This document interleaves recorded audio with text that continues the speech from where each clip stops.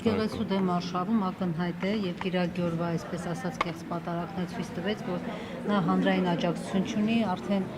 շատ գաղտնի պայմաններում է գնում, որպեսզի անգամ թիմակիցները չգնան։ Սա էլ է ցուցիչ, որ հանրային աջակցությունն այս հարցում եկեղեցու դեմ հարցում չունի եւ ըստ փորձագետների ասում են, եթե ինքը տապալվի այս եկեղեցու դեմ արշավում, դա նաեւ ընտրական գործընթացի վրա կազդի, այսինքն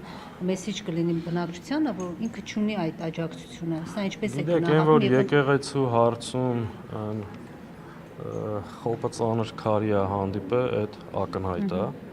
Այն որ այդ շրջիկ թափառախումբը չի կարողանում մարդ գեներացնել բացի շատ նեղ քպեական շրջանակներից, դա եւս ակնհայտ է, որտեղ իրոք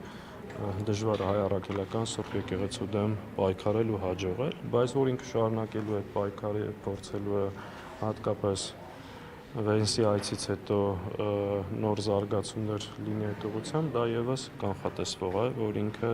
դա որքան կարողանա շարունակելու է, որովհետեւ դա Ալիևի հերթական պահանջներից մեկն է ու սա ամենևին չափազանց։ Այսինքն միջև Վենսի այցը իրանք փորձում էին Դե այստեղ փորձում է ծանոթ եմ, այստեղ փորձում է պատասխանատվությունը նաև ազգային ժողովի վրա դնել ու ԿՊ խմբակցությանը եւս ամբողջությամբ ներգրավել այս հակաօրինական խորհրդոցին մեջ։